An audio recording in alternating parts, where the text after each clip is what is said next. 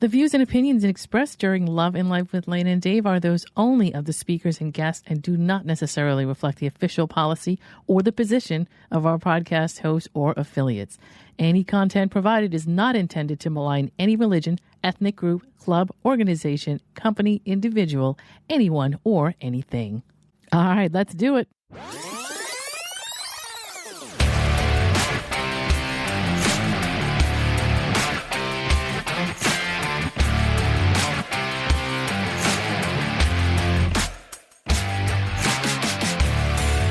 You're listening to Love and Life with Lana and Dave, the podcast where logic is power and you take control.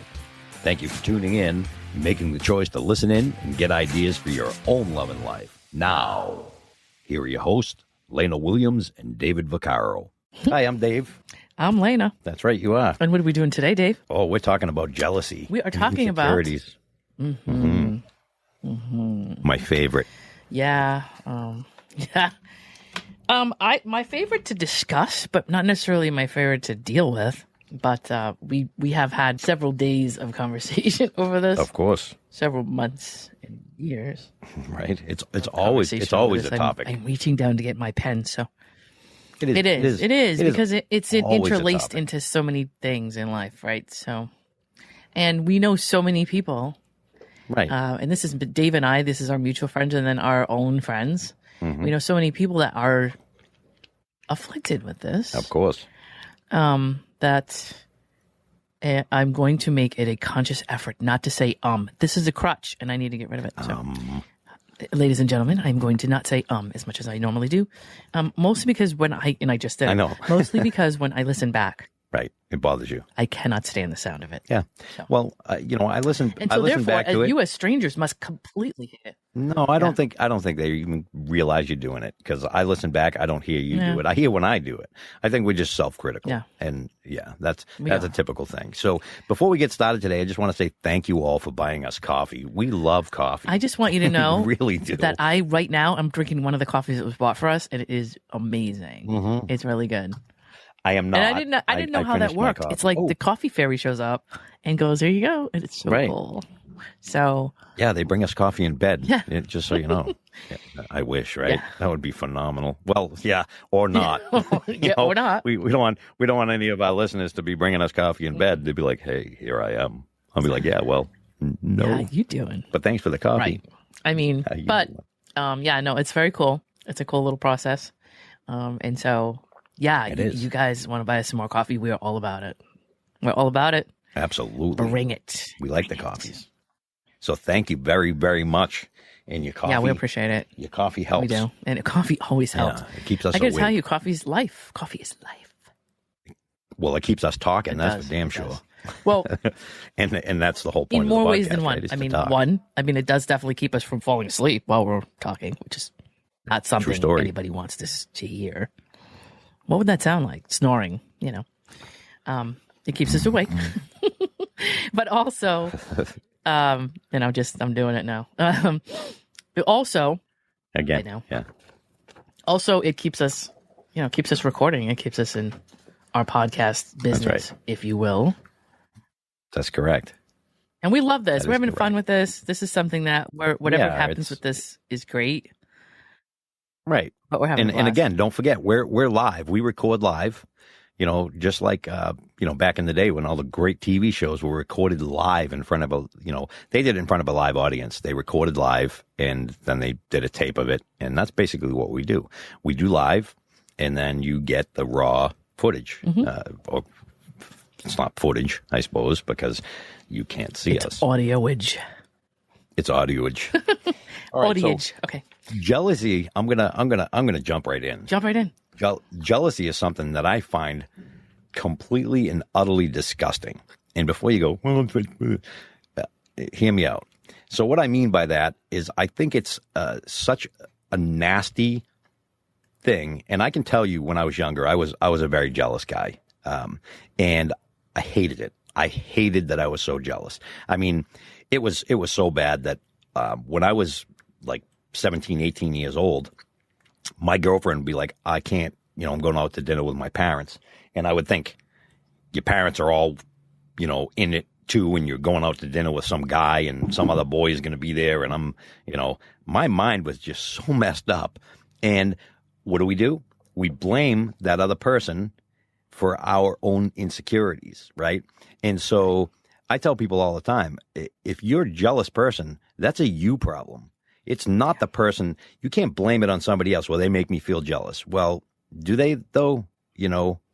Because you should have control of your own emotions. And there are situations where somebody can cause you to feel jealous, and then you don't belong in that relationship. Just again, let's go back to honesty with yourself. Because if you're in a relationship where you are constantly feeling jealous, one of two things: either one, it's you, or two, you're in a bad relationship that you don't belong in. Because you should feel secure in any relationship that you're in. You should. And it's a process of both yourself being a secure person, which you have to work on constantly as a person who's aging and evolving in the world. And choosing somebody who supports that mentality. Right. That isn't going to want to make you jealous. That isn't trying to manipulate you. That's the second half of it. Right. And you know my feelings on that, right? So, and you guys probably don't. And I say this all the time, and we knew this was going to get brought up. We were actually talking about it earlier. If I'm in a relationship with somebody, I want them to have opportunity to cheat. And everybody looks at me and goes, "That's a literal phrase, though." Yeah, I know. Yeah, you want them to cheat? No, of course I don't want them to cheat, but I want them to have opportunity to cheat, because if they do cheat, they're not my right one. And that's okay with me. I accept that, right? If they don't cheat and they have opportunity to cheat, because let's be honest, the only way somebody does not have opportunity to cheat is if you have them locked in your basement. And I can promise you, if I lock you in my basement, not that I even have a basement, but if I locked you in my basement and I chained you to a post down there and gave you a sandwich a couple times a day, you can't cheat on me, but it's not your choice. It's mine. And I never want it to be my choice what somebody else chooses to do. And if somebody chooses to do whatever they're going to do, they're just proving to me, or one thing, either they're proving to me that they're the right person for me and they're loyal. Exactly. Like I am. I mean, when I have an agreement with somebody, I have an agreement, right? But I'm not going to be jealous if they're out and they're talking to other guys and stuff. If they're doing things that bother me, they're not the right one for me. That's as simple as that. I mean, for Dave and I, relationships are so... It should be, right? I know that a lot of people probably find us to be... They probably think, well, who do you think you are? But... Cold. No, just... Yeah, they think I'm cold sometimes. They're like, well, you just, everything's not black and white. And I go, yeah, but it is. The fundamentals it really at the bottom of or at the base of the situation is pretty clear and simple, and there's not a whole lot of complication to it, but we build all that on top of it. And you can say, well, what about this situation? What about that situation? But really it all does stem back to, is this person you're with the person you're supposed to be with? Are you one? Some people don't appreciate my theory here. Are you one healthy enough to be involved in a relationship? Are you healthy? Right. That emotionally, means, are you I guess like a whole person within yourself, meaning, are you a content person with who you are? Right. Do you have insecurities? I do know that you cannot be perfect, so perfect that you don't have any problem. Obviously, we all have things to struggle through and things to work on. So nobody's ever at the point where they've done everything and they're perfect. I get that. But you would try to be as perfect, not as perfect, but as close to enlightened and involved as possible. I think it's a form of sanity. Someone else into your life. It's a form of sanity, because if you're a jealous person, it drives you insane, and it also destroys the people around you that are doing nothing wrong. I mean, I was in a relationship where the person constantly accused me of cheating, and I'm like, this is ridiculous. There's nothing more I can do. I'm 100% loyal. I can't be more than that, and I'm still getting shit. And it drives me nuts because, it eventually... I know we don't like the word toxic. I know it gets thrown around a lot. But it is. When somebody is horrendous, insidious about that, that's it. Whatever is going on in their head, is it really fair that person inflicts it throughout their relationship on someone else? That person should probably back out of the relationship and maybe go find some therapy, or at least go figure out... Why am I this way? How can you? Right. I actually watch people this way, and I got to tell you, Dave, it looks really tiring, and it looks It does. It looks like I just say, how can this person function? How can this person tie their shoes every day? It looks really exhausting to watch somebody go through that. I don't. Why would anybody want to? I have no idea. And here's this new thing that's like really, really prevalent today is people think they own people.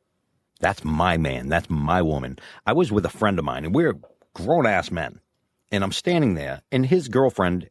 This was years ago, and his girlfriend's very attractive, and so we're standing outside, and she's kind of facing us, and there's a drunk guy behind us, and he's staring at her butt.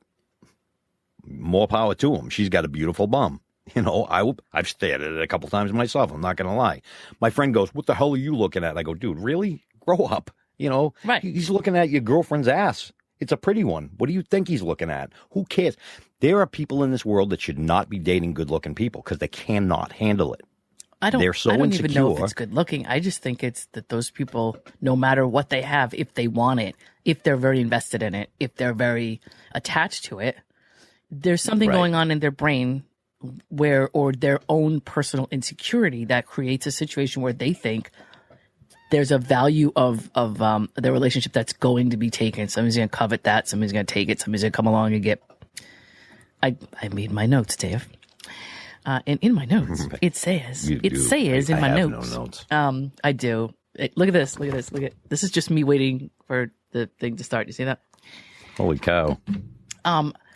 She's holding up a piece of paper with a lot of notes, and I whole don't page type of notes. I actually take a pen and write because it works better for me to write stuff down.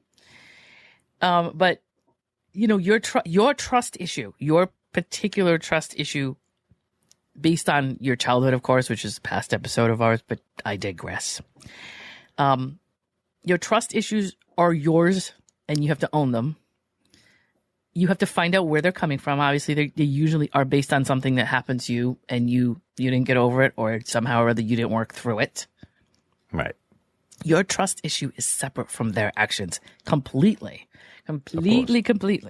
So how you feel about what they're doing, what they're going to do, what somebody else is going to come along and do, whatever. All of that is your trust, your ability to trust another person. And of course, that stems from your insecurity. And again, of course, that stems from an early thing in your life. Of course. You need to work all that out. But the person, what they're doing it's a separate entity from you. Although you are involved with them, they are a specific whole separate person on their own. Right. And you have to understand that their actions and your trust are not linked. They're really not linked. That's correct. That's right. If they can be taken from you, which Dave mentioned earlier, are they really yours to begin with? And I mean yours. I don't mean like you own them, but I mean, are they somebody that is with you and is loyal to you? Are they your person? Yeah. Yes. Are they the right one for you? Yeah. I mean, I've always said that. Look, if somebody cheats, it's not, once a cheater, always a cheater. And then they end up in a relationship. Love this one too. He cheats on everybody he's with. Well, guess what? He hasn't met the right person, and he's just not honest with himself about that, right? He's not satisfied in his relationship, so he's going outside his relationship to look for what he really wants. And that's just, it's not nice. I agree. Nice. It's not. It's and so maybe we'll slightly disagree on the fact that if your character flaw is that, then especially once you've done it once. Not saying that you do it again because it's who you are, but you'll do it again because you've done it before and it's something that's a threshold that you cross. And then you may lean back on again in the future because it's something that you did before. And there's a lot of people out there that have done that and not told anybody. Of course. Nobody's heard about it, and that's been the end of it. Of course. And I mean, I can be completely honest. I cheated once when I was 18 years old, and I was very jealous. It was that when I was telling you when I was very jealous. And I was at a party once, and there was this girl there, and we were all drinking, and we were in the hot tub, and my girlfriend was not there. Well, I ended up cheating on my girlfriend, and I couldn't live with myself. It was a horrible thing. And, I can use the alcohol for an excuse or whatever. That doesn't make a difference, right? Well, you were 18 too, so to some degree, when you're really young. Regardless, it was a mistake. And I will tell you, I remember holding her hand when we were walking down the street, and I said, "I got something to tell you." And I told her, and she literally was crushed. And I was like, wow, I never felt so bad in my life. I've never cheated again since then. Now, I'm not saying that cheating is now. Did I do it because if I really go back and look at it, he's actually working it out as we speak. I am, because there was a reason, right? There's a reason why you do these things. It's not because I just was in the moment and I didn't care about my girlfriend. I loved her very much. But she was probably like one of my first loves, like my first real loves, I guess. And so I think I wanted the relationship more than I believed at the time, because if I truly was in love with her, because I can tell you, when I'm in a relationship, I have no urge whatsoever if I'm in the right relationship. If I have an urge, it's not the right relationship. That means that, one, I'm either not being satisfied in the relationship I'm currently in, or whatever the case is. It doesn't mean, and guys, and I'm talking to you, and ladies too, if you're in a relationship and you have the urge to cheat, then you're not in the right relationship. And it's as simple as that. Have the discussion and move whatever along. the thing is that's missing may change, right? But it's still not complete for you and not a match for you. It usually doesn't. It usually doesn't. No. Unless you didn't understand. Unless there's a medical reason or something like that. But you didn't understand what I meant. What I mean is, I probably didn't. It changes from person to person what the thing is that you don't have. Oh, of course. Meaning, Absolutely. Your relationship would be, if you're looking out your side of your relationship, it could be for attention, it could be for companionship, it could be for there may be something that you thought you could live without and found out you can't. Right. It could be your girl has a flat bum and you like a rounded bum, and you find somebody with a round bum and you go, that's really what I want. But you settled. Right. And the thing is that you settled, and there's nothing wrong with that.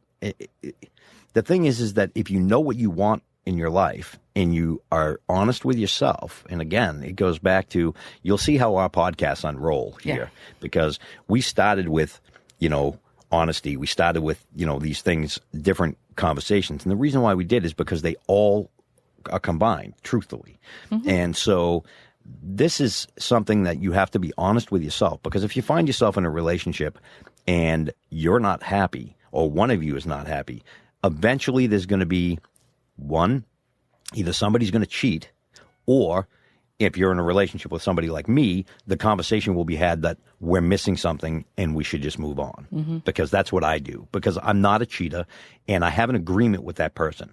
I need to break that agreement before I go ahead and be an ass. You know what I mean? Right. I believe in that wholeheartedly, because I believe that if you have a commitment with somebody and you choose to do that, then you got to put all the facts on the table, and both of you need to be honest. You both are assuming that that you're both being loyal to each other, and when that breaks, then you lose your friendship as well. Cheating on somebody ruins everything.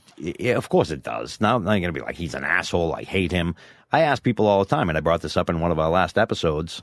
Are you friends with your exes? Do you hate them? Because if you hate them, something went really wrong.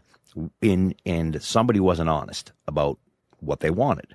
It's a simple conversation. If you hate all of them, that's a pattern, and that's if you hate all of them, it's you, right? Because and I just had a conversation with somebody last night actually, and she was talking about how she's always attracted to guys that are abusive. Well, that's a very interesting subject as well for another time. But the thing is that, again, it all stems from childhood. And if you're picking the same things over and over, and you pick somebody who cheats all the time, you're actually probably throwing yourself at somebody that doesn't really want you, maybe. And take that into consideration. Right. Well, some people will. It's a completely different topic, but some people will say, "Well, this isn't exactly what I want," but they're throwing themselves at me, and I don't see anything else going on right now. Right. Exactly. Really and then they that in their heads. Then they get butthurt because it didn't work out. It's like, well, how do you expect it to work out when you knew that it wasn't the right one? Right. That's why I say be honest with yourself, because if you dig deep, you'll know. You know for a fact what's going on. And if you don't know for a fact what's going on, or you're lying to yourself, or you're lying to the other person, that's where disloyalty comes from, and that's where these insecurities come from. I mean, they don't come from there, but they're created and made worse. I'm going to tell you, when you have a minute, I'm going to tell you a funny story. I love it. Before you tell your Yes, go story, ahead. I want to just say this. Guys and girls are always blaming somebody else. And I love this too. You know, stop hitting up my man. It's like, look, these are strangers to you. And I said this to somebody the other day that posted something like that. And I go, you have a commitment with your man, nobody else. Nobody owes you anything. The only person that owes you anything is your man. And you shouldn't have to worry. If other girls are hitting up your man, then take it as a compliment and move along, because, you know, you don't own him. Can't control everybody. Everybody around the person you're dating. Correct. And the person you're dating. None of that is within your control. If you're with the right person, then that person you don't have you're to worry with will about it. turn to everyone else and say, hey, I'm with somebody. That's right. I'm all and set. simple as that. And you don't even, you shouldn't really have to, that should just be something they do naturally. Right. And if that's it's not, the agreement guess in your what? relationship. And that's it. And if it's not, guess what? That's not. So you should be able to sit back and say, hey, go ahead and hit up my man. Good luck with that. Yeah, good luck. Yeah. That's confidence. See, that comes from, which is the opposite of insecurity. But I have a little insecurity story. I think it's funny. To me, I was talking to a new friend I met last night. She lives in the area. It's a long story, but I met her on Facebook, and I met her and her husband last night, and it was a really cool night. We sat around and talked about a lot of stuff. But to us, she would be part of my tribe. So to us, we feel that most human beings that come and go in our lives are sort of like just science experiments to us. We're very into analyzing why people do what they do, and we do that with everybody we see, we meet, we look at social situations and say, gee, why would somebody do that? Or, let's look at the evolution of society and why people are acting the way they are. So I did this. I recently went to an outdoor concert with a friend of mine, and I was just standing there, and we're just watching the concert, and everything's great. And I turned and I saw, it was one of those concerts where people were drinking and drinking and drinking. Of course, as an hour and two go by, people start stumbling, which is fine. I mean, we're standing next to the refreshment concession stand, and they were serving beer garden and all that kind of stuff. So we were kind of over there anyway, and so we're going to see a lot more of that. And so somebody starts stumbling towards me, and I turned and looked, and if you know me really well, you'll understand, but if you don't, it probably sounds horrible. But I saw them stumbling for me, and I really kind of was like, let me move out of the way. We were standing where there was this rail to watch the artist, and two things. One, I didn't want him to walk into me because he just didn't look like he was walking in a straight line. And two, I wanted to make space because, I don't own the rail, and there are other people that want to see, the concert. So I did a combination of let me step aside so that this dude doesn't run me over, and also let me get out of the way, so I can make space. And the guy says to me, well, you don't have to cringe because I'm walking towards you. And geez, it's not like I have a disease or anything. And I just was kind of like, okay. So I said to him, I was just moving out of the way so that I can give you space. We are at a concert here. That's all I said. That's the only thing I said. And he stood there for a minute. He said, well, I appreciate that. And he made this really sarcastic face. Oh, I appreciate that. And then he stopped and he said, you know what? On second thought, I think I'll move on. Thanks anyway. And he walked away. And thanks anyway for what? I stood there for a minute scratching my head. Stuff like this. I know a lot of people get really mad about stuff like this. I find this stuff hilarious. So I'm standing there and she truly does. Let me pull this apart and try to figure out what this dude's issue is, because he's obviously not me. I'm somebody he didn't know from Adam. And I turned to the person I was with, and I was like, what's the deal with that? And he said, well, he's obviously not hugged enough as a child. And we kind of laughed about it, but something was going on where he was carrying some insecurity, obviously, through most of his, whatever he was, 30s, 40s, wherever he was at that point. And it was just like he lashed out at me over some completely personal thing that was going on with him. Right, of course. But that's, to me, that's kind of just a funny story about insecurity. It is true, and it is. I guess because that's why I find it amusing, because what we assume is going through his head is he was walking and you moved out of the way, and he probably thought you were repulsed by him, and that's not the case, right? That was not necessarily the case. It wasn't even. It was dark enough that you probably couldn't even really tell what I was doing. All I was trying to do was move aside because I was trying to be courteous of other people.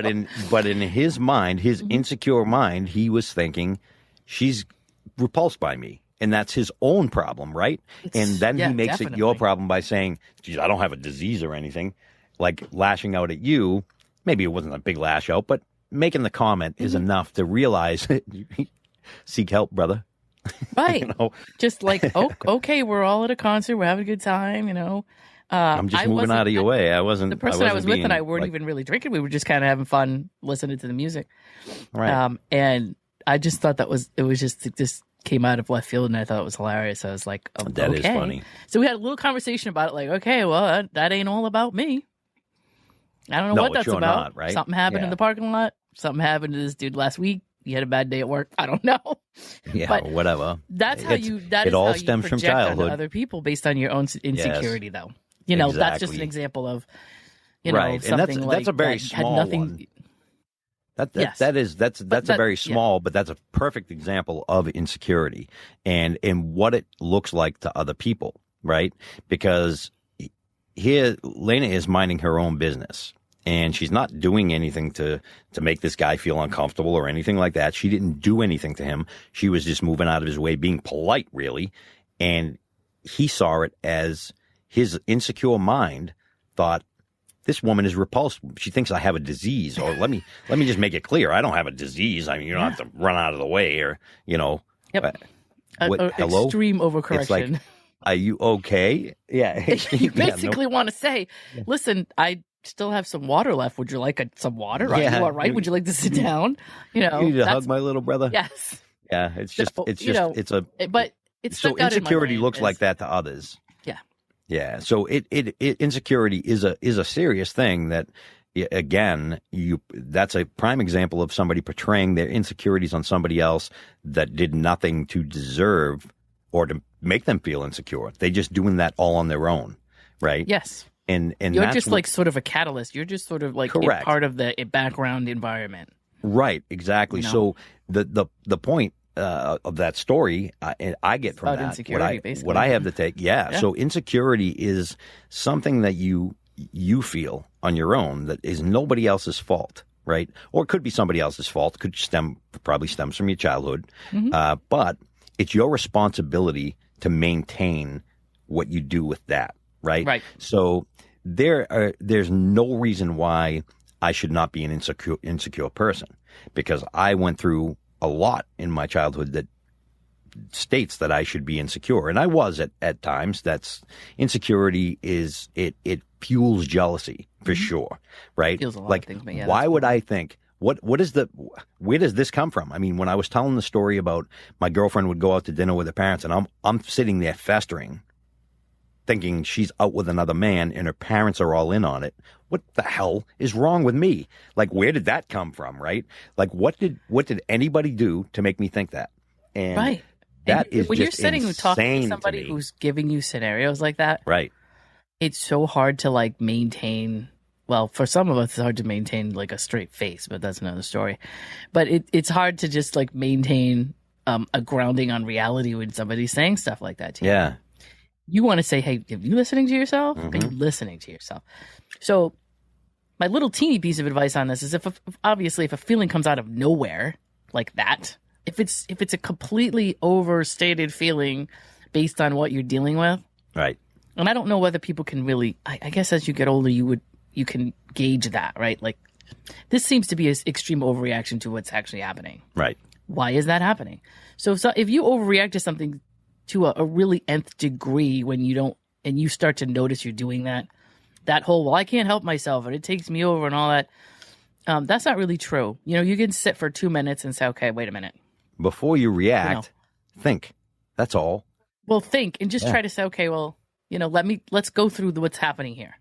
Just try to compare it to your response, you know, between the way that you feel and how you want to react to it and then what's actually happening and try to see if you can match the two. Because sometimes the thing that's happening for me, it will be something that I've obviously analyzed myself to the point where it's ridiculous. So to me, when something happens, I know why it's happening.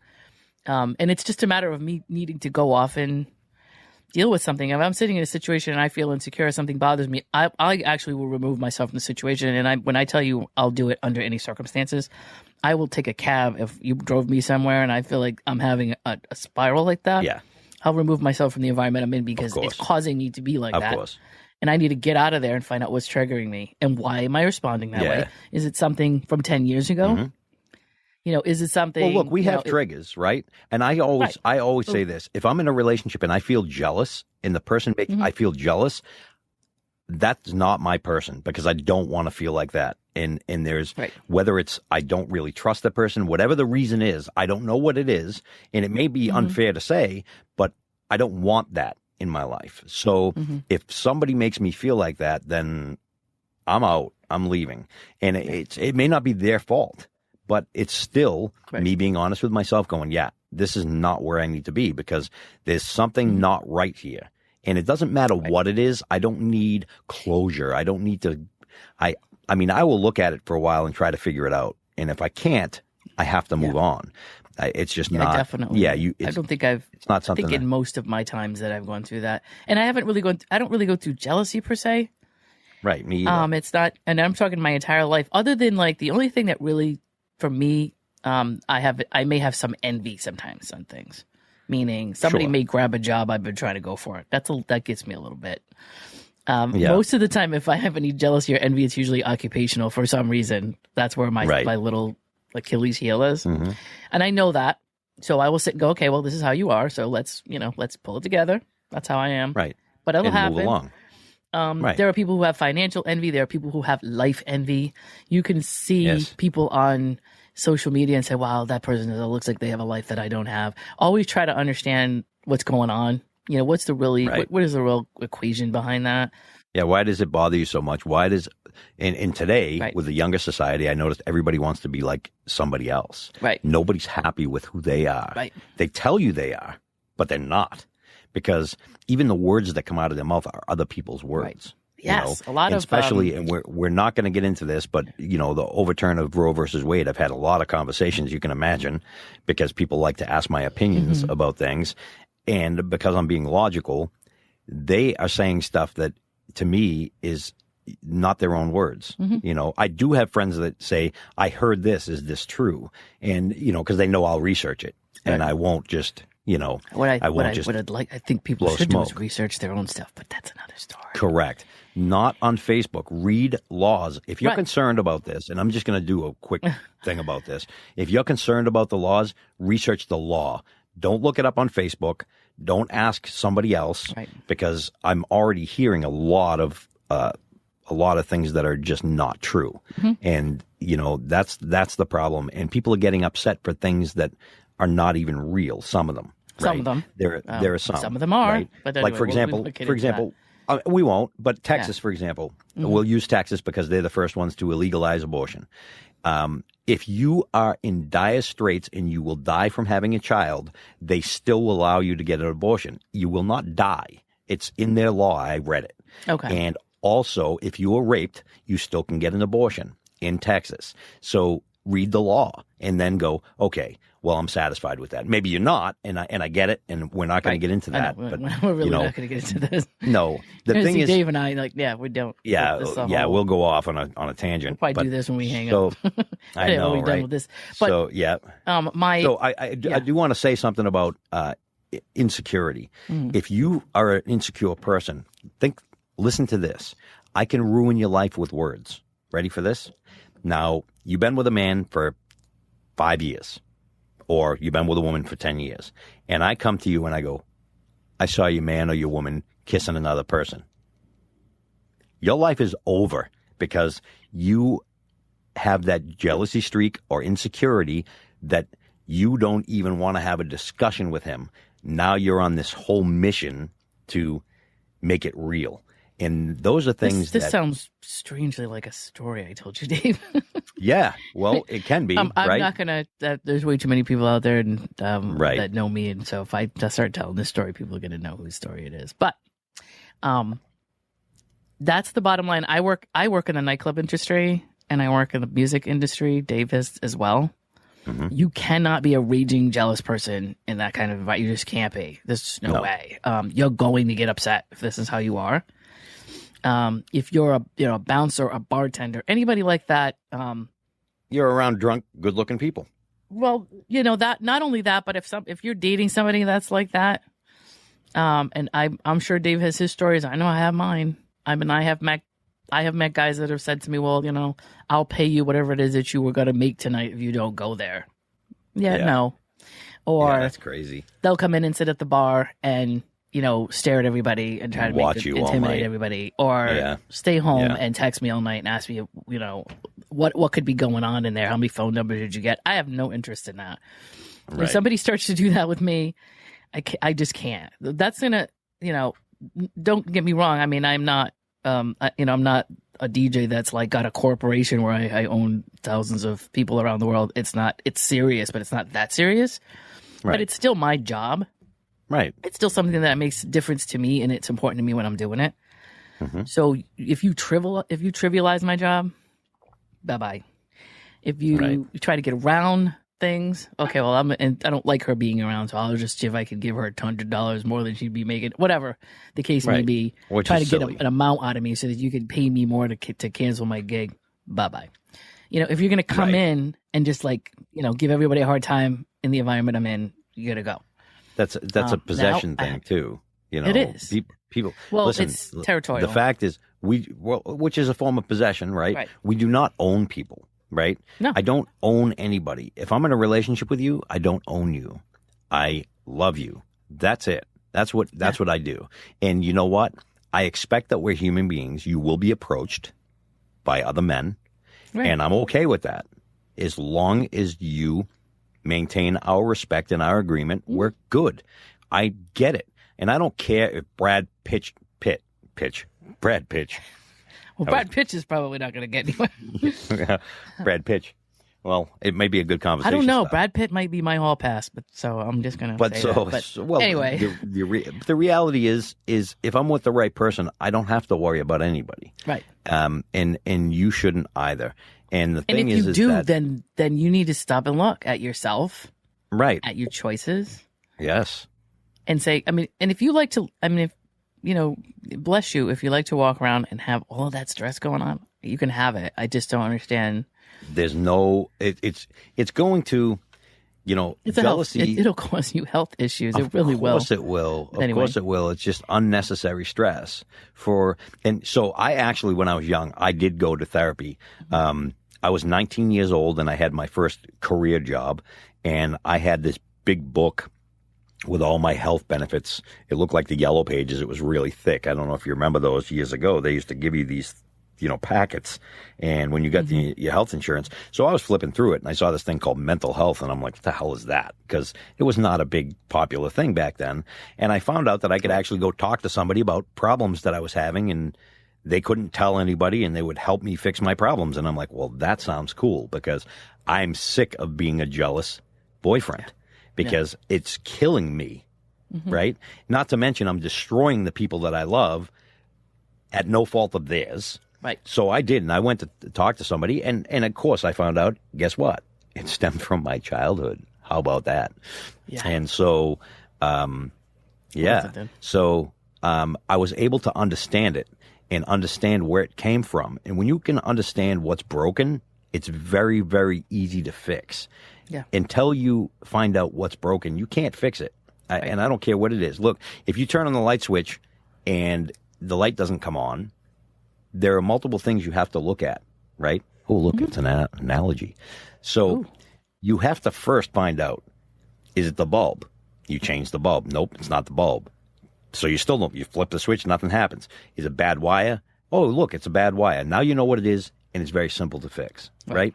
It's not, but I cannot fix that light until I know what's wrong with it. Right. Right?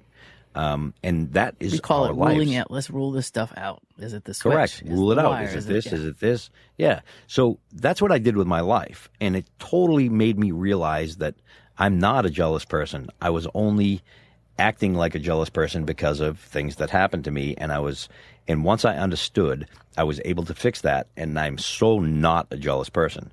Right. Go do your thing. I mean, go have fun, do your thing. I trust you completely. All I ask is don't make me worry. If you're not home at 4:00 in the morning, something's bad, Right. Though that's different. That's not jealousy. That's just concern. I would say that there have been 2 or 3 relationships that had other issues, but when it came to stuff like jealousy, that wasn't an issue. And one of my favorite things is, that I dealt with was to have somebody say to me, "You're gonna go out with your girls? I think that's great. you should go out with your girls. It's been a month since you've seen your girls. You go out and you have a good time and do what you got to do. But do me a favor, just like let me know if you think I need to come get you. If you think you can't drive, that's leave all. Your car. Yep. Absolutely. And not I'm going to go out with my boys if you're going out with your girls. I've dated guys that have said, I'm not in the mood to go out, so I'm probably going to be home. Yeah. So you do your thing. If you need anything, let me know. Give me a call if you need a ride. Yep. And if you want to come here when you get done, come over. If not, be like, we're all going out to the bar. Nope, right. I don't. I'm going to stay home and watch TV. Call me if you need anything and have fun.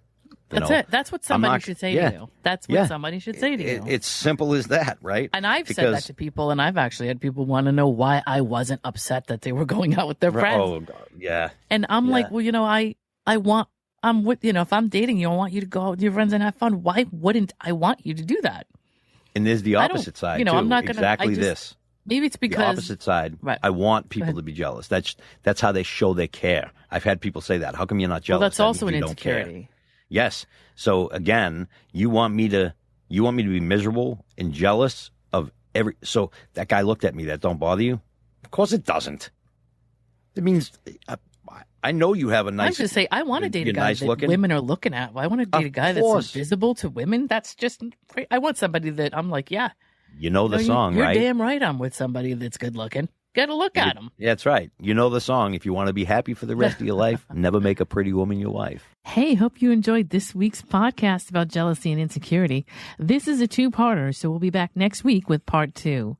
Stay tuned and have a great week. Find us at lanaanddave.com or at any of our platforms, Instagram, Facebook, or Twitter at Lana and Dave. That's LANAANDDAVE.